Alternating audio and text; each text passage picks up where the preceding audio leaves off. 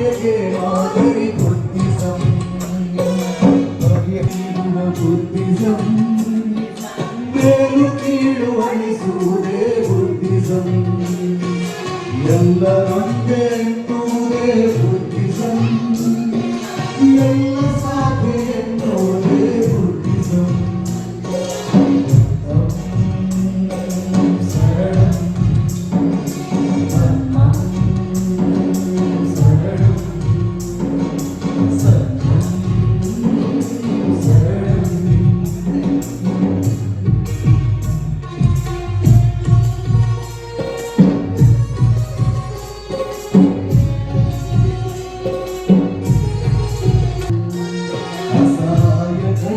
ಆಶ್ರಯವೇ Buddhism ಸಾಧ್ಯತೆಗಳ ಸಾರವೇ Buddhism ಅಸಹಾಯಕರಿಗೆ ಆಶ್ರಯವೇ Buddhism ಸಾಧ್ಯತೆಗಳ ಸಾರವೇ Buddhism ಸ್ವತಂತ್ರವಾಗಿ ಚಿಂತಿಸುವುದೇ ಬುದ್ಧಿಸಂ ಸುಖದ ರಾಜಮಾರ್ಗವೇ ಬುದ್ಧಿಸಂ ದುಃಖ ನಿಗ್ರಹದ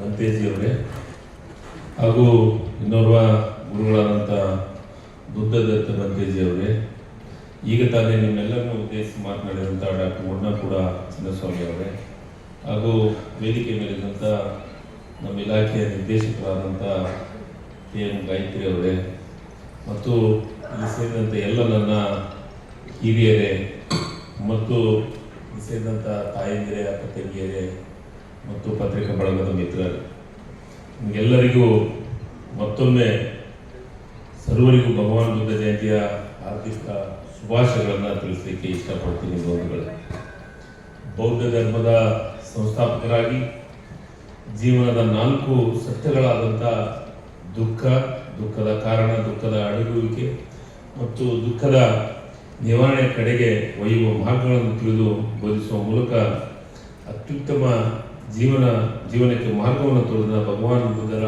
ಜಯಂತಿ ಇವತ್ತು ಬಹಳ ಮುಖ್ಯವಾದಂಥ ಜಯಂತಿ. ಇವತ್ತು ನಿಜವಾಗ್ಲೂ ಎಲ್ಲರೂ ಒಂದು ಮಾತನ್ನ ಹೇಳ್ತಾ ಇದ್ರು, ಈ ವಿಚಾರವನ್ನ ಬುದ್ಧ ಜಯಂತಿಯನ್ನ ಮೊಟ್ಟ ಮೊದಲಿಗೆ ಅದು ನನ್ನ ಇಲಾಖೆ ನಾನು ಜವಾಬ್ದಾರಿ ತಗೊಂಡಾಗ ಬುದ್ಧ ಜಯಂತಿಯನ್ನ ಮಾಡ್ತಾ ಇದ್ರು. ನಿಜವಾಗ್ಲೂ ನನಗೆ ಅತ್ಯಂತ ಸಂತೋಷ ಮತ್ತು ನಿಜವಾಗ್ಲೂ ನಾನು ಪುಣ್ಯ ಮಾಡಿದ್ದೇನೆ ಅಂತ ಭಾವಿಸ್ಕೊಳ್ತಿದ್ವಿ.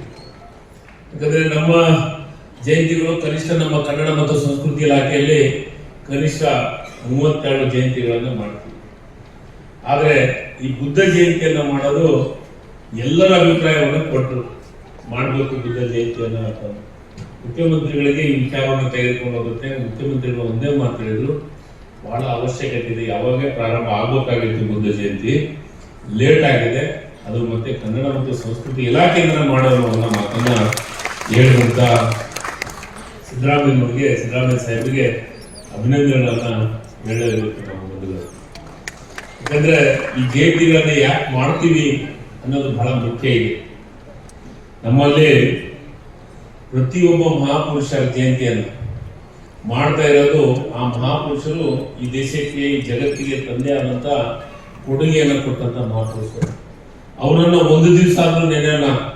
ಅವರ ಮಾಡಿದ ಸಿದ್ಧಾಂತಗಳನ್ನ, ಅವ್ರು ನಡ್ಕೊಂಡಂತ ರೀತಿಗಳನ್ನ, ಅವರು ಮಾಡಿದಂತ ಧರ್ಮದ ಬೋಧನೆಯನ್ನ ಇಡೀ ಯುವಕ ಸಮುದಾಯಕ್ಕೆ ತಿಳಿಸುವಂತ ಕೆಲಸ ಕಾರ್ಯಗಳು ಆಗಬೇಕಾಗಿದೆ ಈಗ. ಅದಕ್ಕೆ ಈ ಜಯಂತಿಯನ್ನು ಮಾಡ್ತಾ ಇರೋದು. ಜಯಂತಿ ಅಂದ್ರೆ ಎಲ್ಲ ಒಂದ್ ಕಡೆ ಒಂದು ಸಮುದಾಯಕ್ಕೆ, ಒಂದು ಸಮಾಜಕ್ಕೆ ಸೀಮಿತಗೊಳಿಸಿದಂತ ಸರ್ಕಾರದಿಂದ ಯಾಕೆ ಮಾಡ್ತಾ ಇದ್ವಿ ಅಂದ್ರೆ, ಸರ್ಕಾರ ಅಂದ್ರೆ ಎಲ್ಲ ಸಮುದಾಯಗಳನ್ನು ಒಳಗೊಂಡಂಥದ್ದು, ಎಲ್ಲರ ಜೊತೆಗೂಡುವಂತ ಸರ್ಕಾರ. ಅದಕ್ಕೆ ಇದನ್ನು ಸರ್ಕಾರದಿಂದ ಮಾಡುವಂತ ಕೆಲಸವನ್ನು ಮಾಡಿದ್ದೀವಿ. ಬಹಳಷ್ಟು ಜನರಿಗೆ, ಕೆಲವಷ್ಟು ಜನರು ಇದಕ್ಕೆ ವಿಚಾರವನ್ನು ಪ್ರಸ್ತಾಪ ಮಾಡಿದ್ರು ನಮ್ಮಿಂದ. ಸತ್ಯ, ನಿಮ್ಮೆಲ್ಲರ ಅಭಿಪ್ರಾಯವನ್ನು ಪಡೆದೇ ಈ ಜಯಂತಿಯನ್ನು ಮಾಡಕ್ಕೆ ನಿರ್ಧಾರವನ್ನು ಮಾಡಿದ್ರು. ಯಾಕಂದ್ರೆ ಬುದ್ಧರು ಮನುಷ್ಯರ ನಡುವೆ ಸ್ಪರ್ಧೆ, ಅಸಮಾನತೆ, ತಾರತಮ್ಯ ಮನೋಭಾವ, ದ್ವೇಷ, ದೋಷಗಳು ಹೆಚ್ಚುತ್ತಿರುವ ಇಂದಿನ ದಿನಗಳಲ್ಲಿ ಭಗವಾನ್ ಬುದ್ಧರ ಬೋಧಿಸಿದ ಜೀವನ ತತ್ವಗಳು ಪ್ರತಿಯೊಬ್ಬ ಮಾನವನಿಗೆ ಅತ್ಯಂತವಾದಂತಹ ಅವಶ್ಯಕತೆ ಇದೆ ಅಂತ ಬೋಧನೆ ಮಾಡಿದಂತ ಮಹಾನ್ ವ್ಯಕ್ತಿಯವರು. ಇವತ್ತು ಆ ಮಹಾನ್ ವ್ಯಕ್ತಿಯವರ ಜಯಂತ್ಯೋತ್ಸವವನ್ನು ಮಾಡ್ತಾ ಇದ್ದೀವಿ. ನನಗೆ ಬಹಳ ಸಂತೋಷ ಆಗುತ್ತೆ. ಮೊನ್ನೆ ನಾವು ಬಸವ ಜಯಂತಿಯನ್ನ ಮಾಡಿದ್ವಿ. ಆ ಬಸವ ಜಯಂತಿ ಒಳಗ ಮೂವರು ಮಹಾಪುರುಷರ ದೊಡ್ಡ ಫೋಟೋನ ಹಾಕಿ ಒಂದು ಜಯಂತಿಯನ್ನ ಮಾಡಿದ್ವಿ. ಬುದ್ಧ, ಬಸವ, ಅಂಬೇಡ್ಕರ್ ಅಂತ. ಆ ಮಹಾನ್ ಪುರುಷರು ಈ ಜಗತ್ತಿಗೆ ತಂದೆ ಆದಂತ ಕೊಡುಗೆಯನ್ನು ಕೊಟ್ಟಂತ ಮಹಾನ್ ಪುರುಷರು. ಅದಕ್ಕೆ ನೋಡಿ, ನೀವು ಬುದ್ಧ, ಬಸವ, ಅಂಬೇಡ್ಕರ್ ಅಂದ್ರೆ ಅದಕ್ಕೊಂದು ಶಕ್ತಿನೇ ಬೇರೆ ಬರ್ತೈತೆ. ಈಗಾಗಲೇ ನಮ್ಮಲ್ಲಿ ಅದು ವಿಶೇಷವಾಗಿ ನಮ್ಮ ಜಿಲ್ಲೆಯೊಳಗ, ನಮ್ಮ ಭಾಗದೊಳಗ ನಾವು ಪ್ರತಿಯೊಂದು ಸಮುದಾಯ ಭವನಕ್ಕೂ ಬುದ್ಧ, ಬಸವ, ಅಂಬೇಡ್ಕರ್ ಅಂತ ಇಡ್ತಾ ಇದ್ದೀವಿ ಎಲ್ಲವೂ. ಅಂದ್ರೆ ಅವರೆಲ್ಲರೂ ಬಂದ್ರು ಅಂತ ಲೆಕ್ಕ, ಎಲ್ಲ ಸಮುದಾಯದವರು ಅದ್ರಾಗ ಬಂದ್ರು ಅಂತ ಲೆಕ್ಕ. ಅದಕ್ಕೆ ಇವೆಂತ ಕಾರ್ಯಗಳನ್ನ ಮಾಡುವುದಕ್ಕೆ ಈಗಾಗಲೇ ಸರ್ಕಾರ ಈ ಜಯಂತ್ಯೋತ್ಸವ ಮಾಡೋದ್ರ ಮುಖಾಂತರ ಇವತ್ತ ಬುದ್ಧರ ಸಾರ್ವಜನಿಕ ಯುವ ಜಯಂತಿ ತಿಳಿಸಬೇಕಾಗಿದೆ. ಮುನ್ನ ಮಾತಾಡಿದ ಅವ್ರ ಬಗ್ಗೆ. ಯಾಕಂದ್ರೆ ಪ್ರತಿಯೊಂದು ಟೈಮ್ನೊಳಗೆ ಅವಕಾಶ ಬಂದಂತೆ ಬುದ್ಧರ ಬಗ್ಗೆ ಮಾತಾಡೋಕ್ಕಾಗಲ್ಲ. ಆದ್ರೆ ಜಯಂತ್ಯೋತ್ಸವದಿಂದ ಅವರ ಒಂದು ಕಾರ್ಯಗಳನ್ನು ತಿಳಿಸುವಂತ ಕೆಲಸ, ಅವ್ರು ಮಾಡಿದಂತ ಬೋಧನೆಯನ್ನು ಮಾಡಿದ್ರು, ಸಮಾಜಕ್ಕೆ ಏನು ಕೊಡುಗೆ. ಇವತ್ತ ರಾಜರಾಗಿ ಇರ್ತಾರೆ, ಯಾರು ಸಾಮಾನ್ಯ ಜನರ ಇಷ್ಟಪಡೋದಿಲ್ಲ.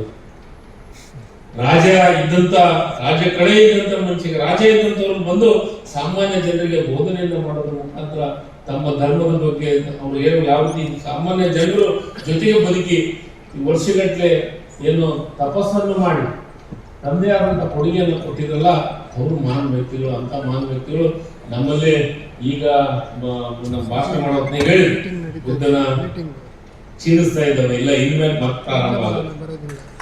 ಇಡೀ ದೇಶದೊಳಗ ಜಗತ್ತಿನೊಳಗ ಎಲ್ಲರೂ ಹೇಳಿದ್ರು, ವಿಯೆಟ್ನಾಂ, ನಾನು ಚೈನಾ ಎಲ್ಲ ಬಹಳಷ್ಟು ದೇಶಗಳಿಗೆ ಹೋಗಿ ಬಂದಿದ್ದೀನಿ.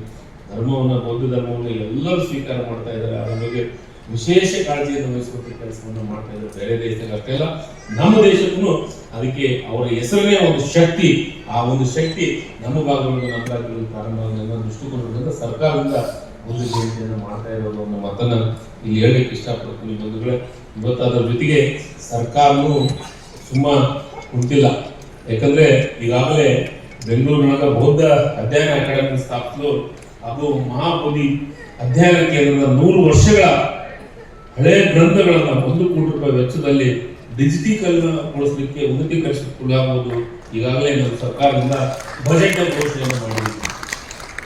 ಅಷ್ಟೇ ಅಲ್ಲ, ಪ್ರಸ್ತುತ ಆಯೋಗದಲ್ಲಿ ಬಜೆಟ್ನಲ್ಲಿ ಜೈನ, ಬೌದ್ಧ ಮತ್ತು ಸಿಖ್ ಸಮುದಾಯದ ಸಮಗ್ರ ಅಭಿವೃದ್ಧಿಗಾಗಿ 100 ಕೋಟಿ ರೂಪಾಯಿ ಅನುದಾನವನ್ನ ವಿಸ್ತರಿಸಲಾಗಿದೆ ಎಂದು ಘೋಷಿಸಿದ ಬಹಳ ಸಂತೋಷ ಅನಿಸ್ತಾ ಇದೆ ನನಗೆ. ಮುಖ್ಯಮಂತ್ರಿಗಳು ಇದು ಬಜೆಟ್ ಅನ್ನು ಘೋಷಣೆ ಮಾಡುವಂತ ಕೆಲಸವನ್ನು ಮಾಡಿದ್ದಾರೆ. ಅದಕ್ಕೆ ಬಂಧುಗಳೇ, ಇವತ್ತ ಆ ಮಹಾಪುರುಷರ ಜಯಂತ್ಯೋತ್ಸವವನ್ನು ಮಾಡೋದು ನಿಜವಾಗ್ಲೂ ನಾವು ಪುಣ್ಯ ಮಾಡಿದ್ವಿ. ಅಂತ ಮಹಾಪುರುಷರ ಜಯಂತಿಯನ್ನು ಮಾಡೋದ್ರ ಮುಖಾಂತರ ಜನರಿಗೆ ಒಂದು ಒಳ್ಳೆಯ ಸಂದೇಶವನ್ನು ಕೊಡುವಂಥದ್ದು ಮತ್ತು ಅದರ ಜೊತೆಗೆ ಈ ಮಹಾನ್ ಪುರುಷರ ಜೀವನದ ವಿಚಾರಗಳನ್ನು ಇಲ್ಲಿ ನಾವು ಮೆಲುಕಾಕುವಂಥ ಕೆಲಸವನ್ನು ಮಾಡೋದು ಇದು ಬಹಳ ಅರ್ಥಪೂರ್ಣವಾದದ್ದು.